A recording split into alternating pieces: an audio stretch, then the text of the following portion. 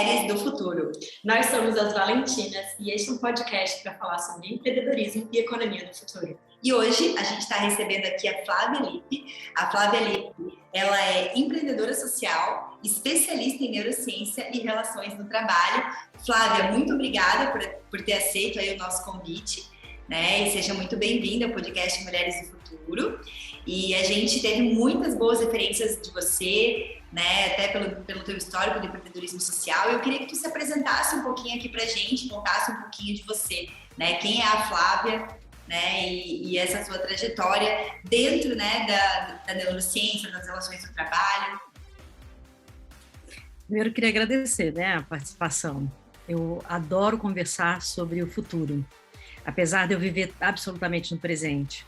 Eu sou uma pessoa que consigo viver no presente, mas eu gosto de falar do futuro. Eu acho que eu não tenho muitas curiosidades, assim, né, porque a gente hoje está nas redes o tempo inteiro, e se alguém quiser saber um pouco mais sobre a gente, né, até quem você não quer, ela descobre, não é? Então, é só no Google, ela já fica sabendo quem somos nós.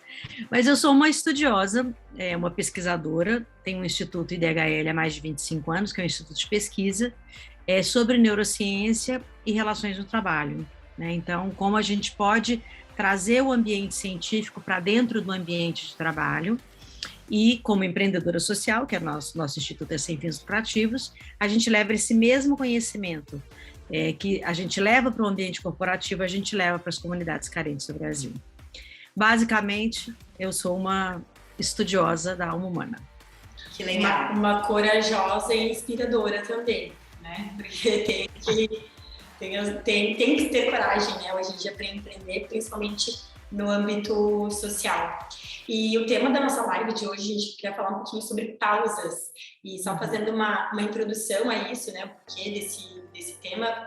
É claro que tem a tua experiência, o teu know-how, mas Valentinas surgiu na pandemia e surgiu justamente por esse olhar que a gente teve de observar as mulheres no medo, né? Vivemos novos medos, que é o medo da superexposição, o medo da super...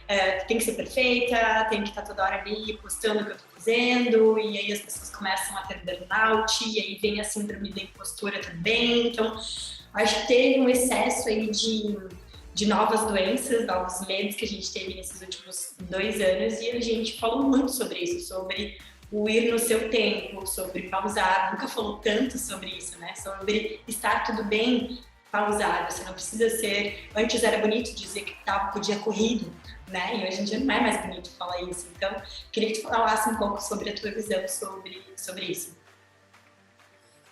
Bom, pausas é um tema, inclusive, muito estudado pelos cientistas, né? A pausa que nós vivemos durante a pandemia, ela foi uma pausa obrigatória e que, de certa forma, ela trouxe de volta o interesse aos hábitos ancestrais, né? Eu, inclusive, acabei de lançar agora o Refúgio para os Exaustos, que é um local onde as pessoas vão aprender a fazer pausas comigo e entender por que elas estão tão exaustas, né? Depois eu até dou o link para vocês. Dos primeiros estudos assim sobre pausa, ele aconteceu na Universidade de Harvard mesmo, que é tem uma tradição aí, né, de grandes estudos. Tem outras universidades incríveis também, mas as pausas revigorantes, elas foram estudadas pela Universidade de Harvard, pela Francesca Dino, e um dos resultados que ela mostrou era claramente que a pausa interfere na nossa produtividade sem perder a saúde. Ela também interfere na nossa ética e até em decisões na nossa vida. E isso é um negócio tão interessante que você não consegue imaginar que a ética também está envolvida no cansaço, né? A falta de ética está proporcionalmente ligada ao cansaço e a ética proporcionalmente ligada à pausa, né? De uma forma geral, vou te contar um dado assim, que seria interessante, que é uma parte dessa pesquisa que eles fizeram com juízes. De uma forma geral, os juízes eles são considerados racionais, né, superponderados, fazem justiça com base em fatos e na lei, né? Só que eles são seres humanos e sujeitos a ritmos diários e também da nossa cronobiologia. A cronobiologia, ela é justamente o estudo que estuda o nosso relógio biológico e que as pausas estão inseridas.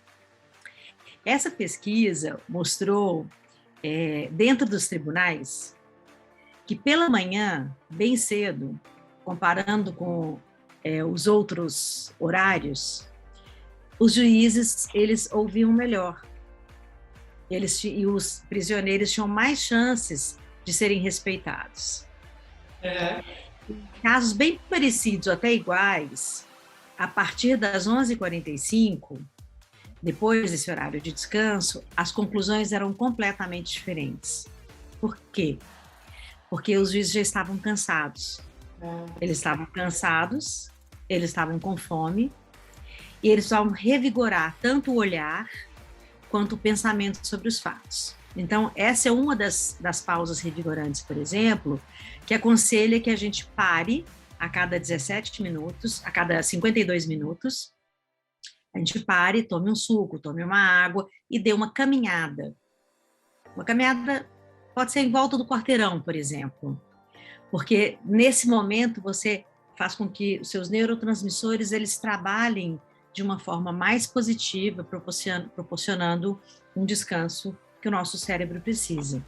Então, pausa necessariamente não é você parar e fazer nada. Tem a pausa de não fazer nada. Mas são muitos tipos diferentes de pausas que o nosso organismo precisa. Ele precisa da pausa de férias, ele precisa da pausa do sono, ele precisa da pausa para a hora de comer. Mas pausa, ela tem um sentido importantíssimo de compreender que o nosso organismo também precisa parar para descansar. Os nossos órgãos, eles nunca param, mas eles mudam os relógios biológicos internos conforme a necessidade de uso de cada um. Então, quando a gente pausa o outro está trabalhando. E como o nosso cérebro ele é intenso, ele toma 3.500 decisões por segundo. Pra você ter uma ideia, vamos pensar em proporcionalidade. O número de informações que a gente recebe, a gente investe mais ou menos 110 bytes por segundo para compreender o que está acontecendo. Só para a gente conversar aqui, a gente já está investindo 60 bytes do nosso cérebro, desses 110. Em proporção a tudo que a gente recebe de informação, a gente consegue entender e racionalizar e compartilhar muito pouco. São só 110 bytes, sendo que aqui a gente já gastou 60. Então, é importante compreender que a pausa serve para isso, para o cérebro ele reconfigurar, ele descansar e tomar melhores decisões. Legal, Flávia. E sobre as pausas, o que eu vejo também é que quando a gente está, por exemplo, assim, o cérebro ele é como se fosse um computadorzinho, né? Então ele se acostuma com os comandos, né? Então quando a gente tem, por exemplo, dar o comando de ter pausas, obviamente, como tu falou, a gente vai ter aí uma melhor produtividade. Quando a gente também dá comando, por exemplo, de trabalhar de uma forma acelerada, é como se a tua mente também ficasse viciada nesse padrão, né? Então, é como se a gente se vicia, né, muitas vezes, nesse ritmo mais acelerado, né? E a gente percebeu isso até quando a Maíra introduziu o nosso podcast, falando de que Valentina surgiu de uma pausa, que foi o lockdown e a pausa obrigatória que a gente teve.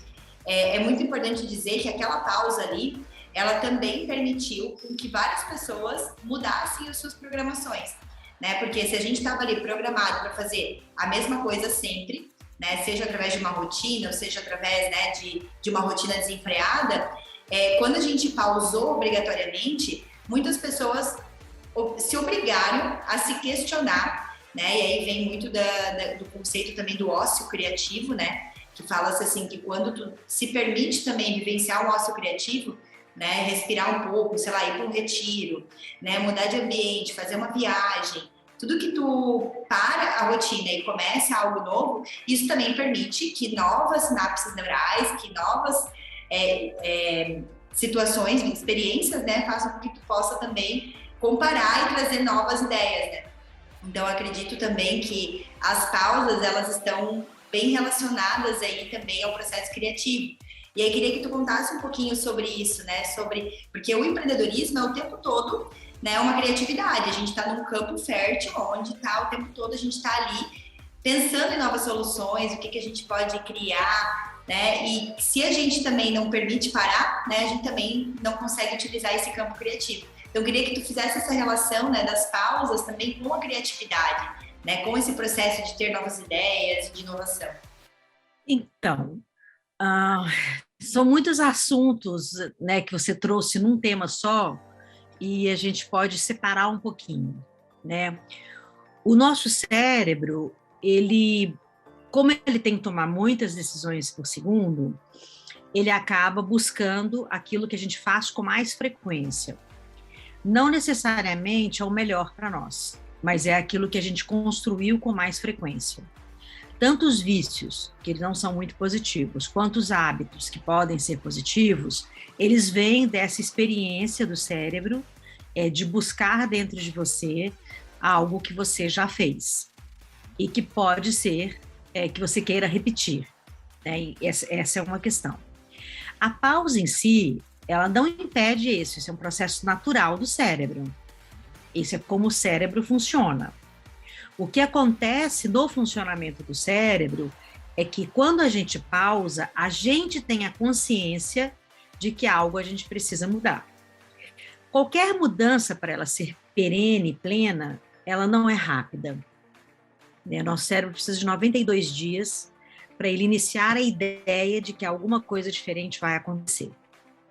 Isso é um número já levantado sobre essa questão da saúde mental e das pausas. A questão do ócio criativo e da criatividade, eles também estão relacionados da seguinte maneira. O ócio criativo, não necessariamente você para. O ócio criativo, você faz algo que tem inspiração naquilo que você quer, mas você descansa o hábito. A habituação, que é algo que acontece dentro do nosso cérebro, é quando o cérebro está tão habituado a algo que você está fazendo há um tempão. Por exemplo, se você começa a escrever, e você fica escrevendo, chega uma hora que ele não te dá mais nenhum insight novo, ele não te dá mais nenhuma nova ideia, ele não te dá nada, você vai continuar escrevendo, mas ele não está te dando nada novo, você está repetindo tudo que a sua memória já trouxe para você. Isso chama-se habituação. Ele vai buscar aquilo que ele conhece, ele não está buscando mais o novo. Então, o ócio criativo, ele entra dentro da possibilidade de você desabituar a falar da mesma maneira ou fazer da mesma maneira, mas não necessariamente sem fazer nada. Não é porque é ócio criativo que é ócio de não fazer nada. Isso é uma coisa importante. As pausas, elas são várias diferentes. Tem pausa em movimento, pausa em silêncio, a própria pausa da meditação, a pausa do sono. A pausa, na verdade, ela é um construtor de novos neurônios, né? E também de novas sinapses neurais.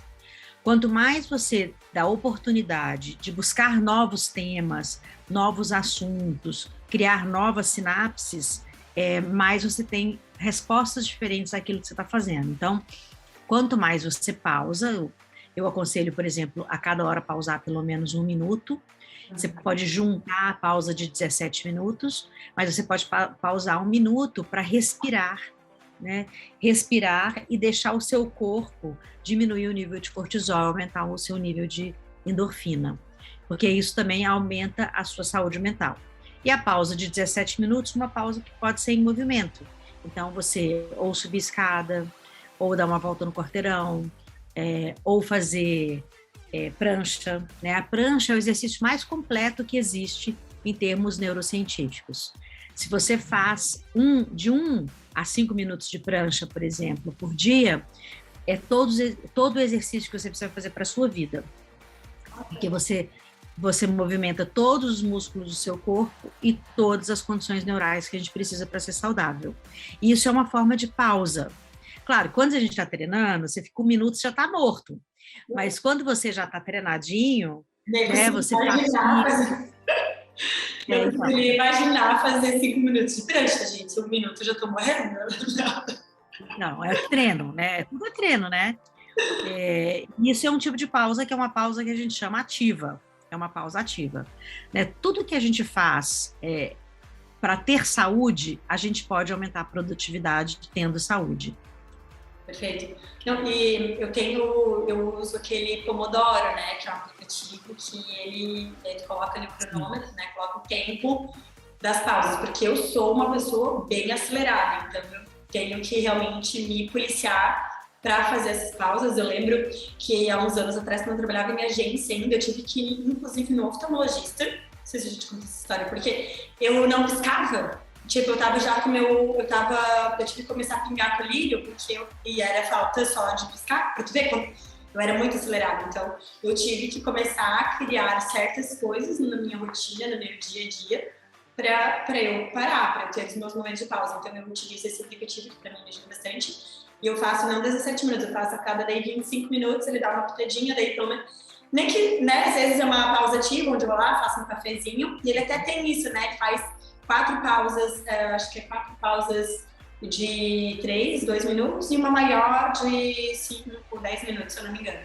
Então, nessa maior eu faço alguma coisa, mas nessa menor, às vezes eu só respiro, vou no banheiro, isso, né? Enfim, vou fazer outras coisas mais breves, mas isso ajuda até mesmo na tomada de decisão, como tu comentou ali uma hora, né? Eu acho que a pausa, ela te ajuda até a tu conectar as coisas e muitas vezes, vou falar assim pra mim também, na minha experiência, de às vezes coisas que tu acha que são urgentes, se você só parar por 1 minuto, tu já vai e topa, não, pera, isso dele não é tão urgente assim, eu posso dar pra ir mais devagar, né? Respira, pensa um pouquinho antes. Então, acho que sim, a pausa é essencial para a gente poder fazer as coisas de forma mais coerente, né? Então, a técnica Pomodoro é uma técnica que não encontrou ainda a cronobiologia, que é a ciência por trás da pausa. Então, se você quer descansar, Pomodoro é ok, mas você não trabalha os seus neurotransmissores. Então, a cronobiologia é a ciência que vai te ajudar a pausar de fato para que você tenha inteligência emocional e tenha saúde mental. Legal. A Pomodoro ela é muito antiga ainda, se a gente for comparar com o que já foi desenvolvido sobre os nossos relógios biológicos, né? Então, se você quer avançar mesmo em termos dos seus neurotransmissores e o seu corpo ficar totalmente propício para uma produtividade sem perder a saúde, eu aconselho você mergulhar na cronobiologia, que é o relógio biológico que funciona no nosso corpo. E a meditação, ela é considerada nesse estudo uma pausa também? Ou é diferente? A meditação, ela é uma meditação. Ela pode ser uma pausa curta, que é essa que eu falo, a cada hora 1 minuto. 1 minuto em atenção plena. A atenção plena é a base de qualquer meditação, né? Então, quando eu falo a cada hora 1 minuto, é porque você vai fazer uma respiração específica para entrar em atenção plena e vai diminuir o cortisol e aumentar a endorfina, o que Pomodoro não te ajuda a fazer. Perfeito. Tá? A técnica Pomodoro só te faz parar. Sim. E isso não é uma coisa que vai te ajudar em termos dos seus neurotransmissores ou em termos psicobiológicos, tá? Parar não é nada, igual eu falei. Pausar não é parar. Pausar é você entrar numa ação positiva para o seu organismo. Certo? Então, a meditação ela é uma pausa ativa. Por que ela é ativa? 1 minuto em respiração plena, você coloca todo o seu corpo em funcionamento, ele não está parado, porque não existe isso, né? Não tem como você parar os seus órgãos e nem a sua mente. Né? Quando alguém falar para você, eu vou te ensinar uma meditação que você vai parar de pensar, corre 3 dias, 3 noites e me liga na sequência. É assim, é algo absurdamente impossível de se fazer. Mas a meditação, ela te proporciona esse relaxamento dos seus órgãos e ela, como a meditação ela é científica mesmo, ela proporciona vários desenvolvimentos dos seus neurotransmissores e outras coisas que a gente precisa para ter uma vida mais equilibrada. Então, a pausa de cada hora 1 minuto, você vai fazer uma pausa coordenada com a sua respiração, uma respiração específica, aí você diminui o seu nível de cortisol, que é o que traz o maior número de doenças crônicas, estresse, burnout, ansiedade e outros, e aumenta os seus outros níveis de outros hormônios que são positivos, como ocitocina, endorfina e etc. Aí, como é que é, então? Então, a cada 17 minutos tem que pausar por 1 minuto, isso? Cada hora, 1 minuto. 1 minuto. A cada hora você para 1 minuto. E quando você para 1 minuto, você tem que fazer essa respiração, que é uma respiração que é feita pelo nariz, você inspira e expira pelo nariz. Então, você inspira, com a barriga vai para fora, é uma respiração que você faz com o diafragma. Então, você inspira, a barriga vai para fora, você segura, conta até 4 e expira, e a barriga vai para dentro. Né? Inspira, expira, inspira, expira, 4, 4, 4. E assim você faz por 1 minuto. Você diminui totalmente o nível de cortisol. Você vai se acalmar porque você diminui o nível de cortisol, não porque você parou. Por isso que tem que tomar muito cuidado, falar, dei uma parada para dar uma descansada. Não aconteceu nada. Você só parou e fechou a tampa você fechou a tampa do computador para não dar secura no olho, etc. E a cabeça continua a milhão. Então, na verdade, o efeito... E até isso pra gente é difícil, né? Porque a Maíra, a gente é acelerada igual, assim, até pra pausar, a gente percebe que agora que a gente tá começando a ficar mais consciente, pra respirar na hora de falar, né? Porque às vezes tu começa a querer, e isso agora, né, como eu tô treinando mais oratória, eu percebi que eu ficava muito no né, que é um vício de linguagem. E esse vício de linguagem, ele vinha justamente porque eu não queria parar. Tipo assim, eu percebi que ele é um gatilho para que eu não pare entre uma oração e outra. É como se eu precisasse do né para eu não parar, sabe? É o teu respiro, né? Mas aí eu não respiro, tipo, eu não respiro, né? E qual o problema de tu parar, né? De novo. Porque o viciozinho da linguagem, ele veio. Mas é isso, assim, eu percebo que existe esse, como se fosse esse medo de parar, porque a gente está sendo tão estimulado por diversas coisas ao mesmo tempo, que é como se nós pararmos, eu vou ficar para trás, ou eu vou perder tempo, ou eu não vou ser tão produtivo, ou eu tenho que, né, a gente cria aquelas necessidades de eu responder às pessoas como se o mundo fosse acabar se eu não conseguir responder às pessoas. É como se as pessoas dependessem de mim para tudo, né? Então a gente cria aquele senso, né, de autoimportância excessivo. Então eu acredito que isso também é algo a ser muito trabalhado, né, num processo de autoconhecimento, para que a gente possa entender os reais motivos, né, do porquê que a gente não quer parar. Seja, às vezes, numa fala, seja muitas vezes, né, por conta disso, desse ritmo acelerado, de não perder a produtividade, que depois, estudando, tu acaba ficando mais cansado, e esse cansaço também vai fazer com que tu seja menos produtivo, mesmo que tu fez muito mais coisas no to-do ali, né? E aproveitando que a gente está falando sobre isso e relacionando bastante as pausas à produtividade, eu queria entender de ti, Flávia, se hoje tu usa alguma técnica de produtividade? Claro, tem as pausas, mas como que é a tua rotina? Tu utiliza essas pausas? Tu tem alguma ferramenta que tu utiliza para te ajudar? Né? Porque isso também vem de uma mudança de hábito, né? A gente vai começar a ficar consciente e a gente vai mudar o nosso hábito, a nossa rotina. Na prática, como que você faz e como que você recomenda aí para as pessoas que estão querendo começar a ter mais pausas aí, como a gente, né? Eu tenho até um e-book que eu posso dar o link para vocês coloquem aí na tela depois, que é Líderes Mais Produtivos Sem Perder a Saúde. Lá eu ensino várias técnicas diferentes de como você aumentar a produtividade sem perder a saúde. Uma coisa que tem que ficar muito claro, assim, que a alta performance é inversamente proporcional à saúde, tá? Não existe ninguém que tenha alta performance e que tenha saúde. Os atletas são um exemplo clássico de que não tem saúde, né? Tá todo mundo quebrado depois de muito pouco tempo de profissão. Então, a ideia é ter produtividade sem perder a saúde. Né? Você aumentar a produtividade gradativamente, da mesma forma que você aumenta a sua saúde mental. As pausas são a base de qualquer saúde mental e são a base de qualquer produtividade, pelos motivos que a gente está falando aqui. Então, a minha rotina é uma rotina, assim, 1%, na verdade, da população que poderia ter uma rotina como a minha, porque é uma rotina rígida mesmo, e escolhida, né? Quando a gente deseja o silêncio, a pausa, o silêncio é uma pausa, né? Você estava falando da respiração, por exemplo, né? Para respirar, você precisa ter um tempo, e um tempo de qualidade, senão você fala o tempo inteiro, engasga, né? Ou você fala tanto que você come ar e aí você não consegue deixar que o ar seja distribuído, né, no seu corpo. Então, silenciar é uma das pausas mais importantes para ter produtividade. No início, a gente começou, no início dessa conversa, falando o excesso de informações que a gente recebe e quantos bytes a gente consegue administrar, né, por segundo. E quantas decisões a gente tem que tomar.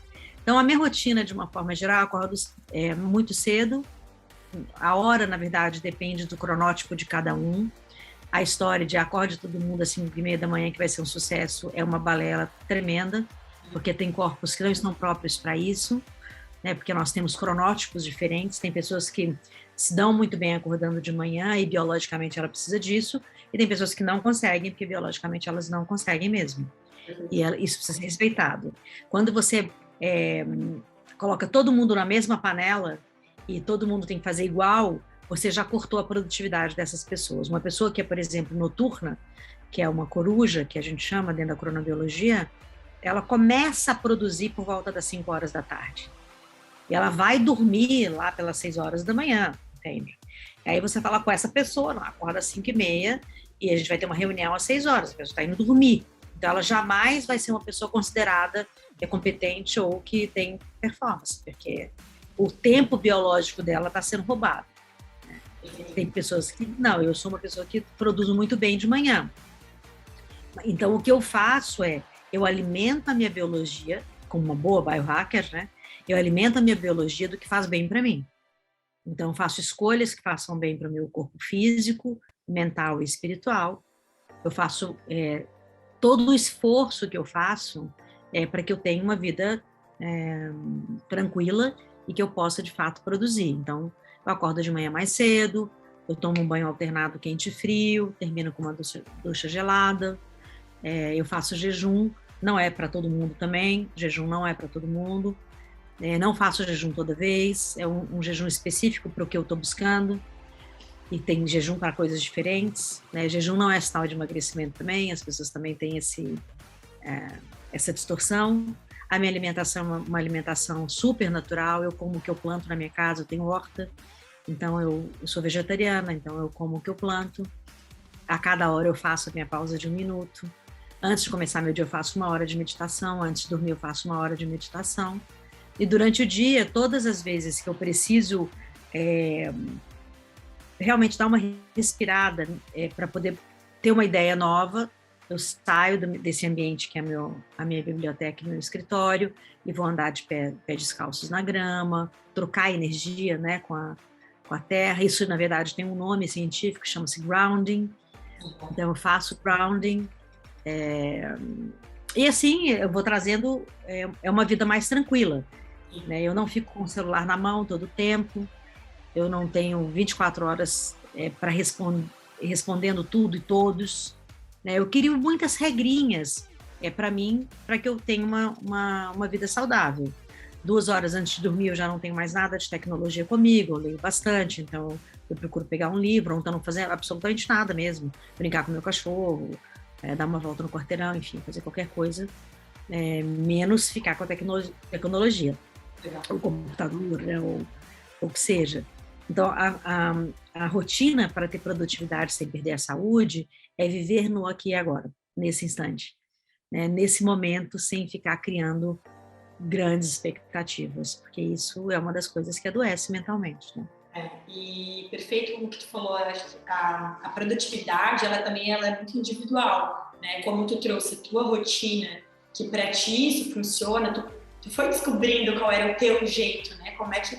Qual era a tua forma de você se sentir bem, de você ser mais produtivo. Eu concordo plenamente com o que tu trouxe ali sobre essas regrinhas, né, de acordar cedo e tal. Então, uma coisa... Mas eu trago aqui, não é só o que eu me adaptei. Sim. Eu trago profundamente os estudos da cronobiologia conforme o meu corpo funciona.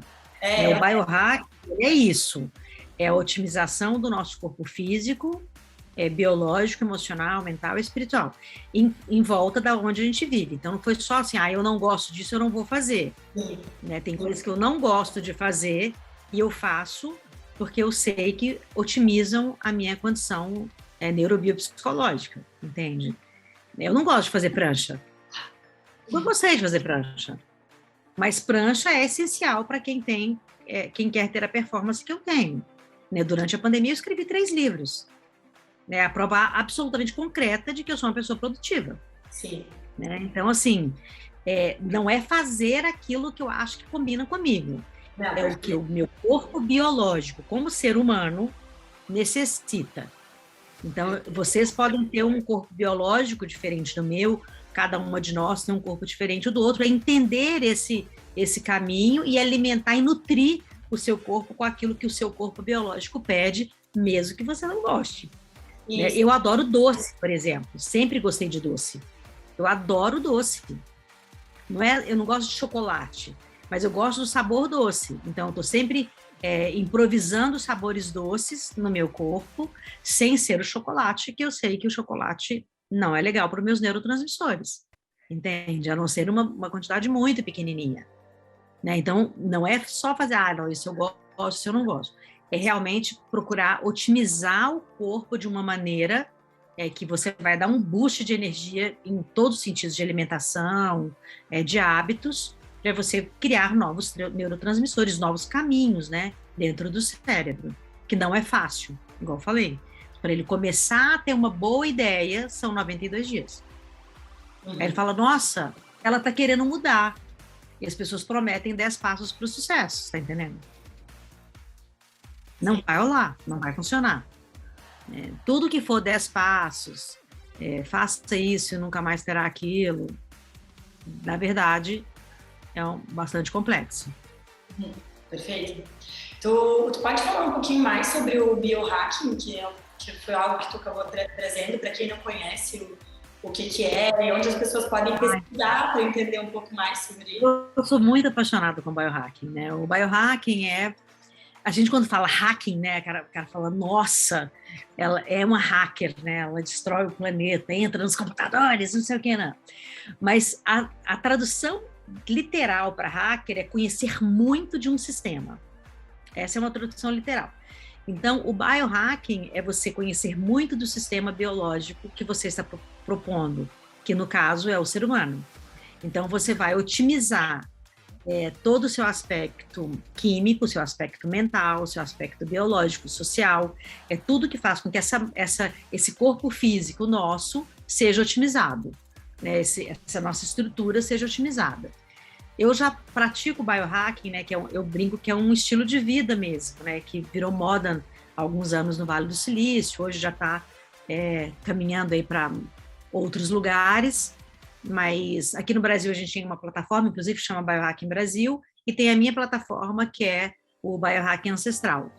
Como eu sou muito conectada com os estudos do Mind and Life Institute e de todos os estudos ancestrais, né, como meditação e as práticas contemplativas, eu criei uma plataforma que leva todos os conceitos de biohacking para dentro dessa plataforma e você consegue aprender a otimizar todo o seu corpo mental, físico e emocional. Então, o biohacking é otimizar, é você melhorar aquilo que você já tem dentro de práticas seguras, mas que transformam você num ser humano melhorado. Né? Então, a alimentação, por exemplo, que tipo de alimento que eu posso melhorar os meus neurônios, né? Eu tenho até um livrinho bem pequenininho que não foi publicado, mas que eu ensino para os meus alunos o que você precisa comer para melhorar o quê. Então, desde memória, desde foco, sono. Então, são todos alimentos que são considerados alimentos que otimizam a nossa força química, mental e emocional. Muito legal. Biohacking é isso. Dentro do refúgio para exaustos, eu ensino biohacking também. Até essa era a minha próxima pergunta, né? Por exemplo, quero começar agora a observar mais, né, o meu sistema, meu corpo, né? Porque você falou ali que Não adianta, o que funciona para ti, muitas vezes, para o meu corpo, é outra. E hoje, digamos assim, como que eu sei? Eu experimento, né? Eu experimento e vejo o que eu me sinto teoricamente melhor fazendo. Por exemplo, eu percebi, comparando, que a atividade física de manhã, para mim, é melhor do que à noite. Mas será que realmente é porque o meu corpo é melhor ou é porque é uma questão de hábito? Isso é uma pergunta, porque, por exemplo, o que acontece à noite, quando eu vou fazer atividade física à noite, é que existem muito mais chance de eu procrastinar algo à noite, de eu não ter força de vontade de fazer à noite, do que se eu coloco como uma primeira coisa do dia. Então, se eu coloco como uma primeira coisa, eu marco como personal, tô dando um exemplo próprio, né? Mas eu consigo, digamos, priorizar, então eu não vou deixar de fazer aquilo ali, porque como é mais desafiador para mim parar o trabalho para conseguir fazer atividade física, é uma das técnicas que eu fiz para eu mesma me, digamos assim, para o meu sistema não se sabotar. Então, não necessariamente eu consigo entender se isso é melhor para o meu organismo mesmo, digamos, em performance, né, em produtividade, mas acabou sendo uma forma que eu encontrei para, digamos, enganar meu cérebro, para que eu pudesse ir lá e fazer. Então, existe muito disso também, né? Então, hoje eu repito, por exemplo, se alguém vier falar o que é melhor para ti, é atividade física de manhã ou atividade física à noite? Para mim é melhor de manhã, mas será? Então, é isso que eu queria entender um pouquinho. Vamos por agora, eu quero entender mais, né? Como seria isso? Tu falou da tua plataforma, como que é isso na prática para as pessoas que querem efetivamente, não, eu quero agora aprender, eu quero hackear, eu quero entender mais o meu corpo e ver o que é melhor para mim? Eu sugiro primeiro saber qual é o seu biótipo, né, e qual é o seu cronótipo. Então, quando você descobre qual é o seu cronótipo, tem ali algumas dicas de por que você procrastina até. Né? A gente não procrastina só porque a gente quer, a gente também procrastina porque biologicamente nosso corpo não está dando conta. Entende? A procrastinação, ela é uma pausa, às vezes ela não é preguiça, às vezes ela é uma pausa que o cérebro está pedindo, pelo amor de Deus, que você não deixa ele descansar. Entende? Então, nem sempre a procrastinação é um mau hábito. Às vezes a procrastinação é um sintoma. É um sintoma daquilo que você não está respeitando, né? Então, acho que a primeira coisa é fazer um teste de cronótipo, que eu vou mandar para vocês de presente, aí vocês podem colocar aí na plataforma e as pessoas podem fazer. Aí, depois que elas fizerem isso, elas vão entender melhor. Só anotar os nossos dados não significa que a gente consegue mudar alguma coisa. Dado é dado, certo? Mas se você não sabe o que fazer com os dados, dá na mesma. É como você ler um exame de sangue se você não sabe ler o exame de sangue. Né? Você fez um exame e fica lendo lá. Nossa, aumentou isso. Mas o que significa aumentou isso? Nossa, diminuiu isso. Mas o que significa diminuiu isso? Né? Então, a gente tem que ir back to the basics, voltar ao super natural primeiro. Uma coisa super interessante sobre pausas, que tem a ver com biohacking, que tem a ver com tudo que a gente está falando, é que os nossos ancestrais já faziam isso sem nenhuma anotação técnica e tecnológica sobre isso. E já dava certo.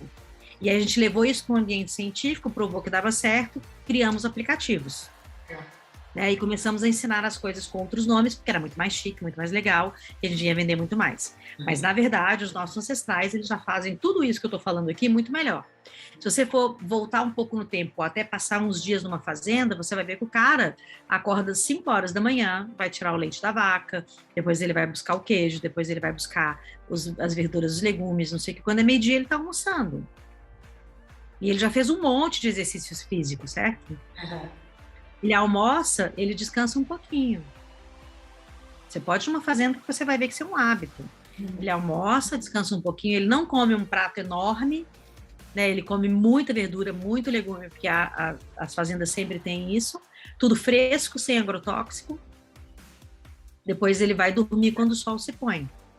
E ele não fica no quarto, fica no scroll, no feed, olhando coisas. Ele acabou a luz do dia, ele deita e vai dormir. Isso é um hábito ancestral que a gente está vendendo como um pacotinho de saúde hoje. Certo? Então, é compreender também que não existe nada absolutamente novo. Sim. Existe o resgate daquilo que nós somos como seres biológicos. Nós somos cérebros de milhões, com uma cabeça de milhares rodando software que acabou de ser lançado. Então, e a gente na expectativa de que isso vai dar certo desse jeito, sendo que o nosso cérebro é de milhões. Nós ainda somos coletores e caçadores, né? No momento que você abre uma startup, que você começa a apresentar e vai buscar recurso, você está fazendo o quê? Você está colhendo. A gente mudou o formato, mas o nosso cérebro é igualzinho, ele continua fazendo as mesmas coisas para a sobrevivência. E a coronabiologia ensina isso, como que você resgata a sobrevivência do seu corpo e otimiza isso para o mundo que a gente vive hoje. Né? Então, um outro link que eu vou dar para vocês de presente é o e-book, que ensino várias práticas lá de produtividade sem perder a saúde. E se alguém estiver exausto e precisar descansar, pode entrar para dentro do Refúgio dos Exaustos comigo. E aí vai aprender um monte de coisa, né? De neurociência, biohacking, comportamento, né? Práticas de biohacking mesmo, para ter uma vida plena, né? Que é na final das contas, o que as pessoas querem da vida? Elas não querem um carro novo, elas querem uma vida plena. Mas elas vão achando mecanismos aparentemente para comprar a felicidade. E elas ficam comprando coisas e não encontram a felicidade. Ou experimentando 1000 coisas e não encontram a felicidade. Porque o fim de tudo é a gente ter plenitude, ter uma vida que a gente tem prazer em viver, né? Que seja uma vida equilibrada, que a gente consiga colocar em prática a experiência de ser humano, a experiência de viver. É isso que a gente busca o tempo inteiro. É uma grande ilusão achar que a gente busca um apartamento com varanda gourmet e um Volvo na garagem. Isso é uma ilusão muito grande de uma classe média que está sendo totalmente orientada a ganhar um pouco mais para ser feliz. Né? Não que o dinheiro não traga felicidade, ele traz felicidade. Mas inclusive ele tem um limite para trazer felicidade. Ele traz, aliás, essa pesquisa é maravilhosa também, mas o dinheiro ele traz a felicidade conforme o básico é pago e ponto. Perfeito. É como se quando tu tá, por exemplo, sem dinheiro, é mais ou menos assim, né? Estou sem dinheiro, eu estou em alguma situação da minha vida que requer uma sobrevivência. Se a gente fosse comparar isso, né, com o ancestral, é como se tu tivesse, o ancestral não, digamos, se eu vivesse numa floresta, é como se eu estivesse constantemente sendo ameaçado por algum animal, né, que tivesse ele querendo, então é aquele instinto da sobrevivência que tu não descansa, né? Então, muitas pessoas assim que perdem o sono, né? Eu já tive teve uma fase que eu entrei em crise, né? E foi uma fase que eu quase falei negócio e tal, que eu entrei nesse modo sobrevivência e eu não conseguia dormir. Quando eu dormia, na verdade eu dormia, mas eu continuava no meu sonho, sonhando com os problemas, como se eu quisesse no sonho trazer soluções. E eu fiquei meio que escrava, porque era como se eu acordasse e quisesse anotar a solução que eu tive no sonho. Então, era como se eu não parasse mesmo, continuasse o trabalho à noite, né? E eu acho que é isso que também traz muita exaustão, que tu falou aí, eu gostei do nome, né? Refúgio dos Exaustos. Porque é isso, eu acho que o burnout ou outras coisas, ele vem de um lugar, de uma exaustão, talvez por uma sobrevivência que não acaba nunca. E a gente acaba, né, trazendo até a relação com o dinheiro, que eu acho que é bem legal a gente trazer relação com o dinheiro, porque Valentinas nasceu justamente desse lugar, né? A nossa pergunta foi quando a gente estava exatamente num cenário de sobrevivência, que veio a pandemia do Covid, e a gente percebeu várias empreendedoras quebrando ou realmente entrando em sobrevivência, com seus negócios fechados, né, e pagando os custos ali, mantendo custos fixos ativos, mas os negócios não podiam abrir. E outras situações também, de pessoas que foram demitidas. Então, a gente viu muito isso também. E aí, desde essa época, começou-se grandes mudanças e muita sobrevivência que a gente vê até hoje, né? Como se a gente vive no Brasil, que é um país subdesenvolvido, que tem muita desigualdade social e que traz muito isso sobre a sobrevivência, né? Sobreviver. Então, eu acho que também a pausa que você traz, assim, e principalmente essa relação, né, com o dinheiro que tu trouxe ali, mas o dinheiro traz, não traz felicidade, é bem isso, né, Flávia? É como se o dinheiro, ele traz uma segurança dos teus itens mais triviais de sobrevivência que estão ali atendidos. Então, tu sai dessa busca pela sobrevivência do básico, né? Será que eu vou conseguir pagar minha conta amanhã e tal? No entanto, ele também não vai te trazer a felicidade plena, somente ele, porque a felicidade plena, ela tá muito alinhada a um propósito, a eu estar me sentindo útil no que eu faço, eu estar fazendo o que eu gosto, né? Eu conheço muitas pessoas que estão ganhando muito dinheiro, mas estão infelizes, né? Então, não estão conseguindo encontrar um propósito. Então, é bem legal essa relação. Tem uma coisa aí. Propósito também traz infelicidade. E essa é a venda do momento. Se você não tem um propósito, se você não tem uma missão, se você não defende uma causa, você não vai ser feliz. E isso é um outro engodo. A felicidade, ela não está ligada a propósito. Também. Por isso que é muito importante ver o que a sociedade está vendendo sobre o que é a felicidade. Entende? Mais sobre isso. Os pacotinhos estão muito prontinhos. Os pacotinhos estão muito prontinhos. Se a culpa de não ser feliz é sempre sua.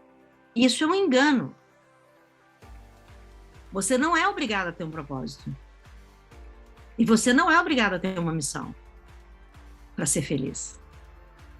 Você pode ter um cotidiano absolutamente básico e ser muito feliz. Inclusive, no Refúgio para Exaustos, a primeira aula é exatamente sobre isso. Quais são os conceitos de felicidade que as pessoas estão comprando e que estão trazendo infelicidade. Você nunca vai encontrar felicidade nesse pacotinho. Que você tem que ter um propósito em fazer o que você gosta, amar o que você faz e ainda por cima ganhar dinheiro. Você acha que é possível? Esse é o engodo. Tudo é como se... deixa eu ver se eu entendi. É como se isso por exemplo, ter um propósito, tu falou assim, né? Ter um propósito, fazer o que ama e ganhar dinheiro. Essas três coisas, né? Ter um propósito. Você precisa, né? Você é obrigado a ter um propósito, você é obrigada a amar o que você faz e ainda ganhar dinheiro com isso.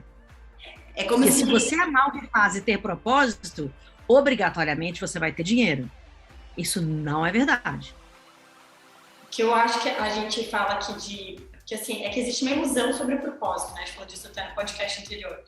É que o propósito não é algo, meu Deus, divino e tal. Como tu falou, às vezes eu não preciso ter uma missão, entende? Mas eu tenho, no meu propósito pode ser aqui, cuidar da minha família, estar com os meus amigos, entende? O propósito ele não é algo mágico, entende? Então acho que é isso, assim, acho que as pessoas só têm uma ilusão sobre a palavra propósito. É como né? se o propósito grande. O propósito é você viver uma vida plena, é você estar bem com o que você está vivendo. Eu acho que é isso, sabe? Isso eu acredito, eu acho assim.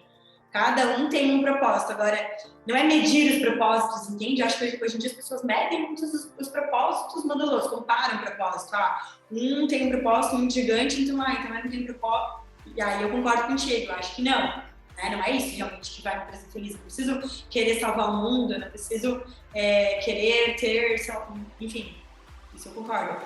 Mas eu acho que o propósito do que eu falo, do que eu penso como propósito, às vezes não é que ele não é pequeno, porque não se mede o propósito, entende? Mas ele é algo que é o que me satisfaz, é algo que eu sei o que eu desejo, que me faz bem, que é o que me traz a plenitude, sabe? Eu acho que isso é entender o que eu desejo, qual é o meu propósito.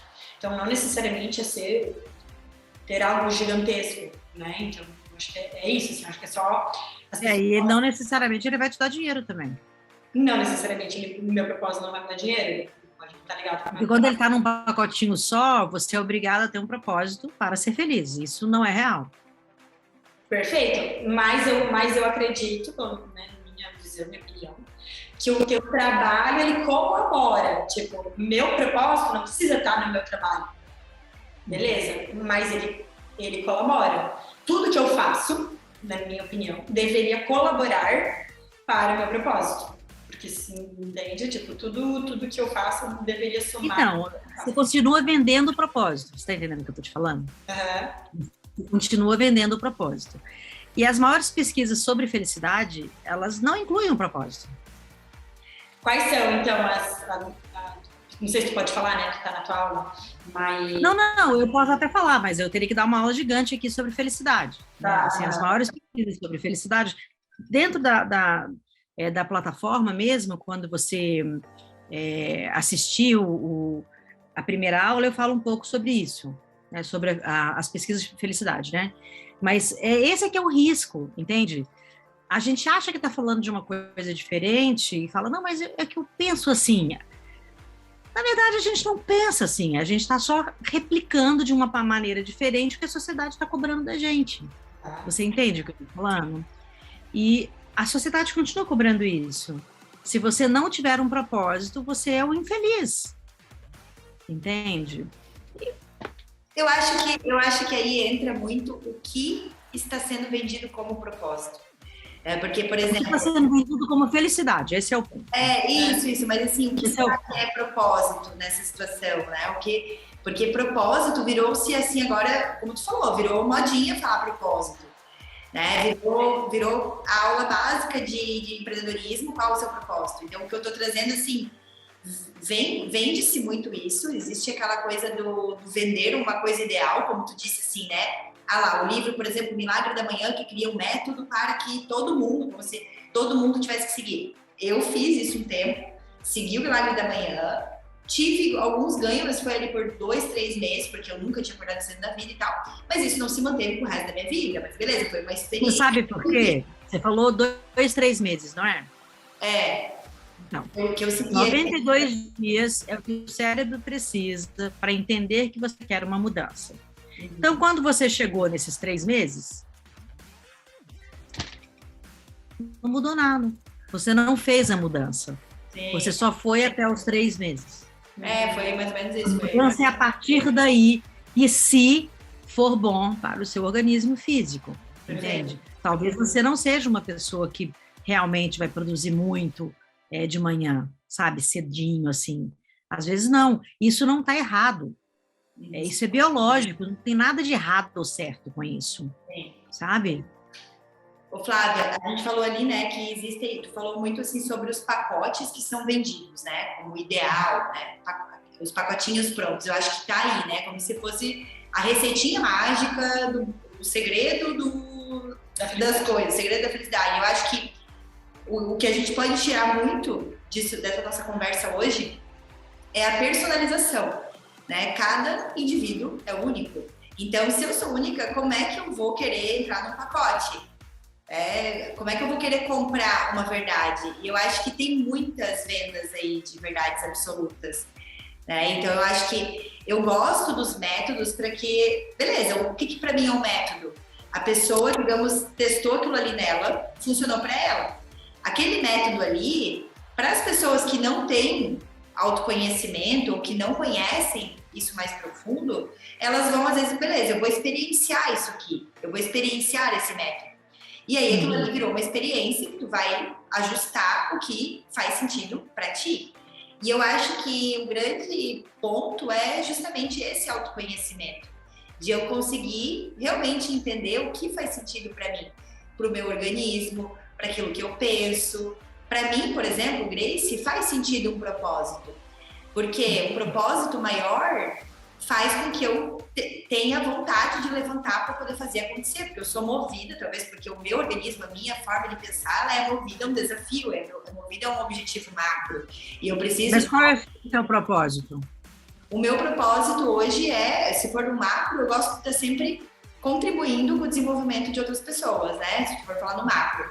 Aí trazendo para objetivos, né? Aí eu tenho objetivos que, beleza, agora o meu objetivo está, por exemplo, com a Valentinas, né? De trazer uma nova economia, de trazer outras formas aí para que as pessoas...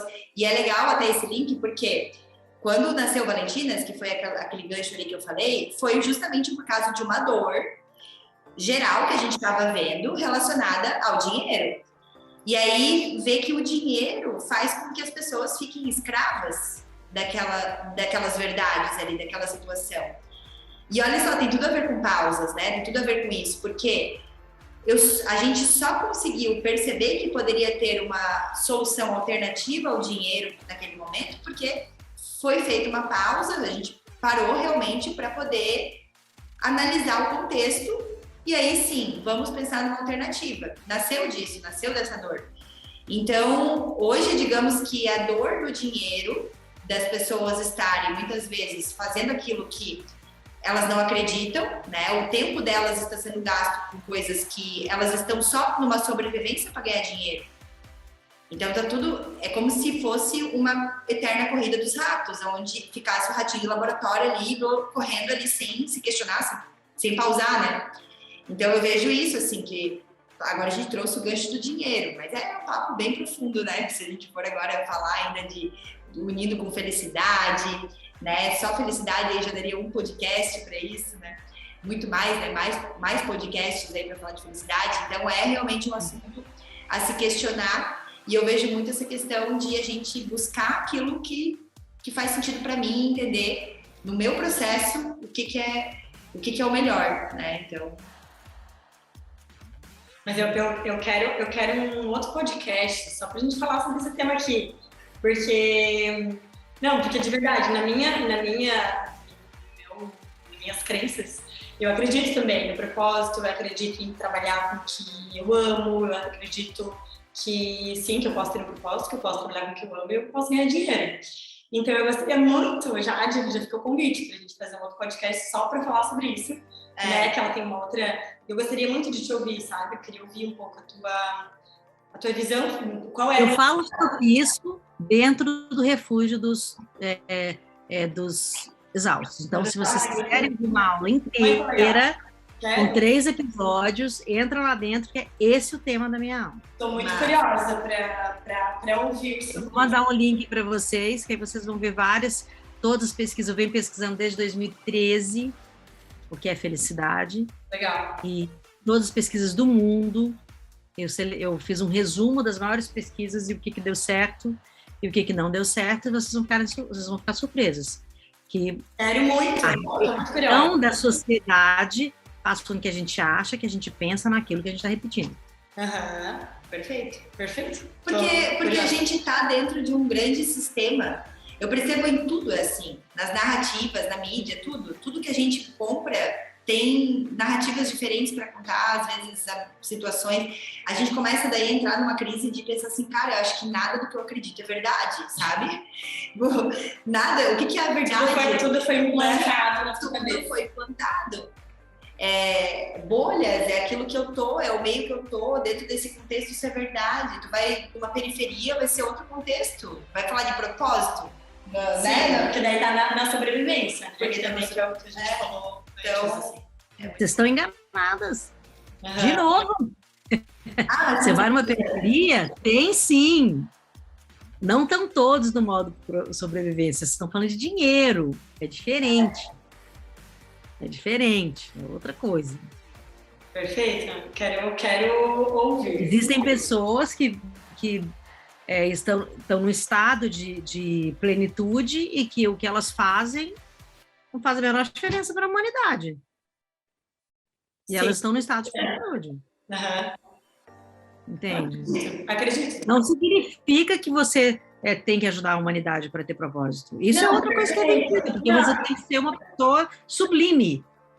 Eu me preocupo com os seres do planeta. Nossa, o quão sublime eu sou. Não, isso eu concordo. Tanto que foi uma coisa que eu trouxe aqui, eu acho assim, é que tem uma questão no entendimento do que é propósito. Eu não acho que ter propósito é querer salvar o mundo, entende? Nem é ter dinheiro, nem é ganhar dinheiro porque ama. Enfim, tem uma série de coisas, né?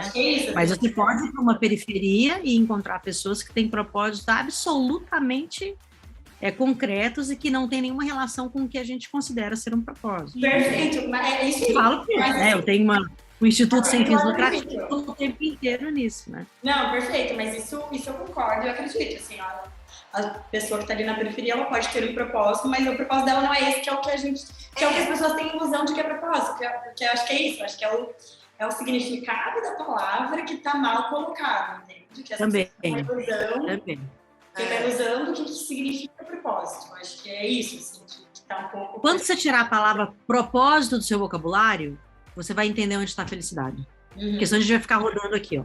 É. Sério. A gente vai ficar rodando aqui. Né? Uma pessoa que está nesse estado de plenitude, essa palavra propósito, ela nem passa. Ela entrou num estado de plenitude e que não tem nada a ver com propósito. Não tem nada a ver com o que a gente está falando aqui. Entende? Mas é uma aula muito grande para a gente poder, até para vocês compreenderem, para vocês me entrevistarem. Perfeito. Entende? Senão a gente vai ficar discutindo sobre o tema, ao invés de levantar as maiores pesquisas e trazer por que pensa assim, quem pensa assado, quem achou o quê, quem achou assado, quais foram os números disso ou daquilo outro, né? Tem um cara, por exemplo, que ele é um violonista, ele toca violão, ele é violino, ele não é famoso, nem extraordinário, nem nada, e o que ele faz é tocar violino. E é considerado uma das pessoas mais felizes do mundo. Não tem nenhum propósito. Eu acordo todo dia de manhã para tocar melhor o violino. Não é isso. A gente começou a estudar sobre o tempo natural, a gente é estudante do tempo natural também, e várias coisas, né? Várias metodologias de produtividade cíclica que vem da natureza, e quando tu passa a observar a natureza, a harmonia da natureza, né? E ver como os pássaros, como as coisas acontecem, tu vê que não tem nada, né? De tipo, qual é o propósito do pássaro? Eu quero acordar hoje e fazer um sonzinho, né? Eu acho que eu tô cantando melhor do que o outro. Eu acho que eu tô melhor. Hoje eu vou dar um rolê naquela floresta, você viu aquela árvore, né? É isso.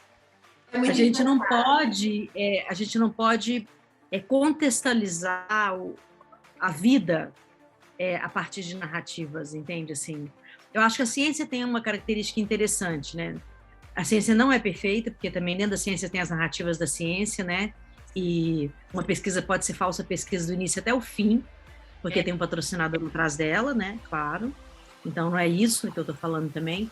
Mas, quando eu comecei... Eu tenho uma história com a felicidade, por isso que eu estou falando para vocês com tanta força na palavra, né? Eu comecei a estudar a felicidade porque eu queria entender onde morava a felicidade.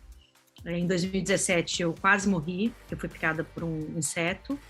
E nesse espaço de tempo onde eu fiquei tetraplégica, eu fiquei sem falar, sem andar, sem me comunicar e tudo, eu pude compreender muito do que eu estava pesquisando todo esse tempo, e depois, quando eu saí do hospital, eu continuei a pesquisa e fui descobrir na prática muitas coisas que a teoria e a ciência já tinham dado grandes caminhos, entende? Mas uma coisa que eu vou resumir para vocês sobre o que é de fato viver em plenitude é ter bons relacionamentos. Não existe nada a ver com propósito, não tem nada a ver com causa, não tem nada a ver com ter nada. Essa é a conclusão mais longa de todas as pesquisas, uma pesquisa que tem mais de 90 anos de pesquisa e que todas as pesquisas culminam nela. Então, se você quer ter plenitude algum dia na sua vida, tem que ter bons relacionamentos. Mas aí é uma longa história até chegar num resumo tão simples, entende? Não, mas adorei. De verdade, eu acho que tem que ter outro podcast. Mas uma dica que eu dou para vocês tire a palavra propósito da vida de vocês vão ser bem mais felizes, sinceramente. Eu achei bem legal no começo me incomodou. Eu admito que no começo, quando tu falou isso, me incomodou, assim. Falei, tá, mas é que propósito é o propósito, sabe? Mas agora refletindo, que esse podcast ele deu uma bugada na gente, assim, mas no final eu fiquei pensando, cara... Era o objetivo, né? Foi para isso que vocês me chamaram. Exatamente, é para isso que estamos aqui. Para dar uma bugada, né? Para aprender, né? Para isso que estamos aqui. E assim, agora trazendo o link, e daí falando tudo isso, eu lembrei que quando a gente faz os retiros, que a gente vai... E se tu for ver, é aquilo que tu falou, né? Vende-se um pacote, que na verdade é o natural, né? Vende-se um pacote. E a gente faz os retiros, né? E a gente aprendeu muito sobre a lei natural do tempo. E, cara, é isso. Eu lembro que o fato de eu só parar de, tipo, ficar falando e pensando e ficar o tempo todo querendo blá, blá, blá, blá, eu fiquei observando a natureza. Daí eu reparei isso, sabe? Eu reparei nos pássaros, eu reparei nas coisas, na harmonia que existe no momento presente, na natureza. Ali eu tive vários insights, assim, vários insights. Então, e era o simples, né? Foi o simples. A gente resgata o simples, a gente dá uma volta gigantesca para chegar lá e falar, cara, eu sou feliz aqui. Tanto é que eu não queria mais sair lá da Nova Terra. Foi um ano que eu quis morar no meio da natureza. A gente foi lá depois a gente pegou espaço lá a gente fez uma imersão na Valentinas e a gente foi pra Praia do Matadeiro, em Floripa, a gente ficou na que a gente chamou de Casa da Árvore, e a gente acordava todo dia com os pássaros, com os patis e tal. E realmente foi um momento muito feliz, né? A gente foi muito feliz ali. Por isso que eu falo que eu vivo como 1% da população mundial. Eu vivo assim todos os dias da minha vida. E é muito bom, e é a vida plena. Mas a questão foi a construção disso. Isso é que é hackear. Legal. Eu construí uma maneira de viver em São Paulo, que é a cidade mais movimentada do mundo, fazendo todas as coisas que eu tenho que fazer, com uma vida organizacional, pulsante, Sim. mas num lugar onde eu escolhi viver. Sim. As escolhas são muito importantes quando a gente fala de otimizar, né? Otimizar corpo, mente, ambiente, espírito, né? E para isso a gente tem que estar muito maduro também, né? Para não cair nas narrativas que são as narrativas tradicionais, né? Então, adorei, Flávia, muito, muito, muito obrigada.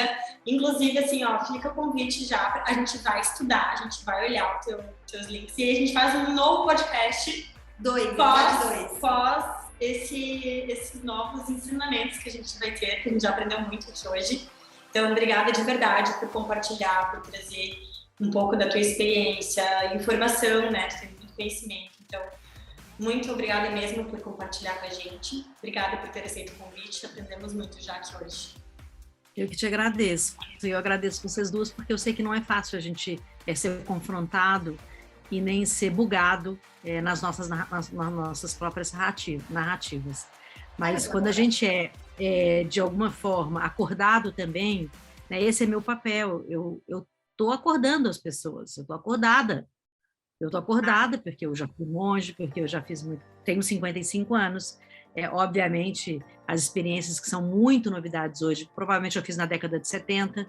Então, eu acordar direto, sem criar muitos mecanismos de venda, é um acordar genuíno. Então, eu poderia vender para você, sim, como você alcançar a felicidade. Eu poderia vender isso para você. Perfeito. Mas eu estou apenas abrindo o caminho para que você tenha as suas descobertas. Né? Perfeito. A gente não tem problema nenhum. Aliás, a gente faz isso direto, que é mudar de opinião. Então, a gente não tem problema nenhum com isso. Ainda bem, né? Você imagina se a gente morresse assim? Tá doido, né? Não temos problema nenhum com isso. Inclusive, gostamos, porque eu acho que quando a gente aprende algo novo, e se aquilo, né, a gente entender as razões, né, vai ter dado, tudo, não temos problema nenhum em mudar de opinião, enfim. Ou até acrescentar, né? Porque numa dessa, a gente fala, mas espera, como é que a gente pode traduzir para uma pessoa que ama o propósito, sem ela ficar perdida sem a palavra? Como a gente pode traduzir isso para ela, entende? Então, criam muitas possibilidades, né? A partir de novos conceitos, né? Não, perfeito. Eu tô super curiosa para aprender mais. Muito obrigada mesmo, tá? Eu vou mandar para vocês logo, então, alguns links que aí você pode presentear os seus ouvintes aí. A gente vai colocar no descritivo Eu espero vocês todos aí no refúgio. Acho que é bastante gente que vai. Adorei o nome. Obrigada. Obrigada, tá? Vou parar. Um beijo. Super obrigada, gente. Valentinas já é um sucesso, fica tranquilo. Obrigada.